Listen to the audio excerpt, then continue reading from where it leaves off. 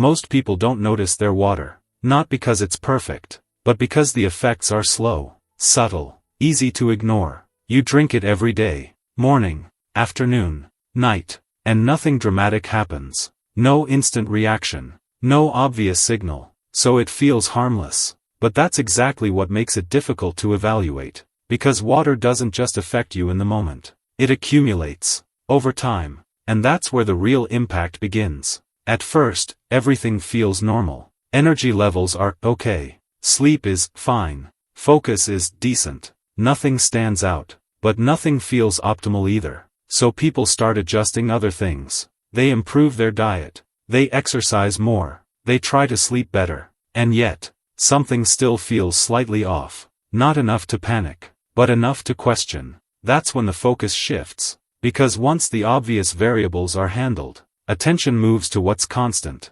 Water. Something consumed every single day, without interruption. And that's when people begin to connect patterns. Not instantly, but gradually. They start noticing how they feel across days, weeks, months. Hydration doesn't feel consistent. Energy fluctuates. Recovery feels slower than expected. Again, nothing extreme, but enough to create friction. And that friction leads to a deeper question. Could something this simple actually be affecting me over time? That's the turning point. Because the real issue isn't dramatic health problems. It's long-term influence. The real issue isn't what water does today. It's what it contributes to, over months and years. And that's harder to measure, because it doesn't show up clearly. It blends into daily life. But here's where things become more interesting. When people start paying attention, they realize something important. Water quality isn't just about safety. It's about consistency. What's in it? How it's processed. How stable it is day after day.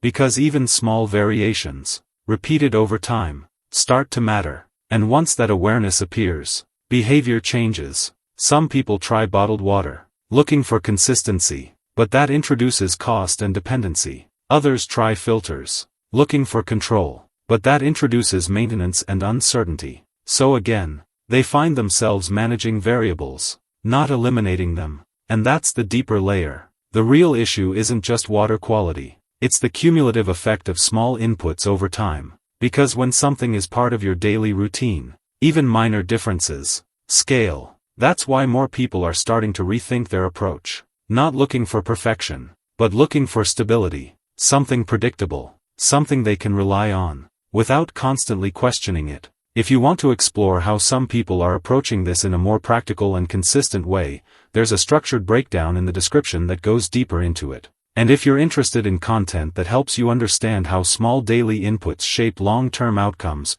consider subscribing. Because sometimes, what affects you the most is what you barely notice.